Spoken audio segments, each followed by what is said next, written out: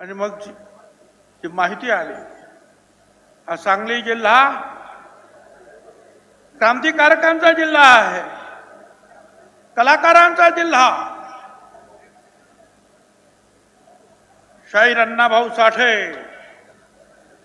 क्रांतीसिंह नाना पाटील, पठ्ठे बापूराव, बाल गंधर्व बापू विरू वाटेगावकर,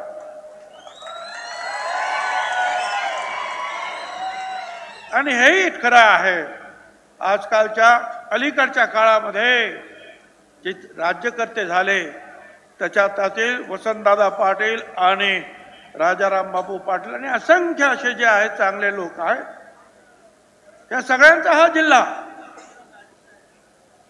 या जिल्ह्यामध्ये पदार्पण केलं.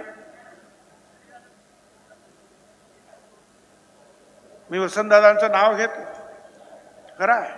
ओएसिस फर्टिलिटीच्या तज्ञांनी IVF उपचार पद्धतीद्वारे 1 लाखांहून अधिक जोडप्यांना मातृत्व प्राप्तीचा आनंद दिला आहे.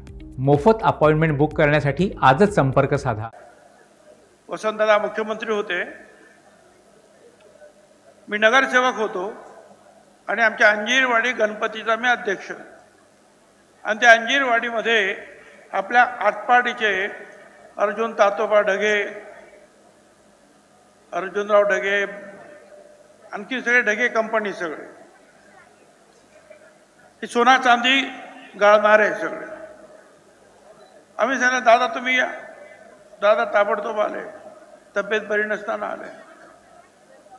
एक तर कथा अशी आहे की सांगलीवरून लोक भेटायला निघाले दादा ट्रकमधून. शेतात काम करणारा गरीब माणूस म्हणतो कुठे चालणार रे? दादाला भेटायला चाललो. अरे थांबा मी पण येतोय. आणि असाच उघडा पडका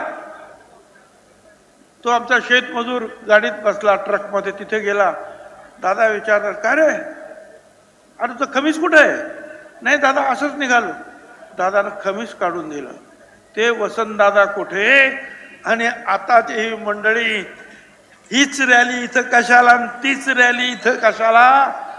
अरे जरा काहीतरी जे आपल्या वाढ वडिलांनी जे सगळ्यांना बरोबर घेतलं, गोरगरिबांना बरोबर घेतलं, त्याची काहीतरी जाणीव ठेवा. सगळ्यांनीच तुम्हाला मतं दिली आणि तरी तुम्ही, आम्ही काय तुमची काही खासदारकी घ्यायला नाही आलो. लोक ज्याला निवडून द्यायचे ते देतील, पण ही अशी ही माणसं होती. आता त्याचा काही लवलेश काही दिसत नाही.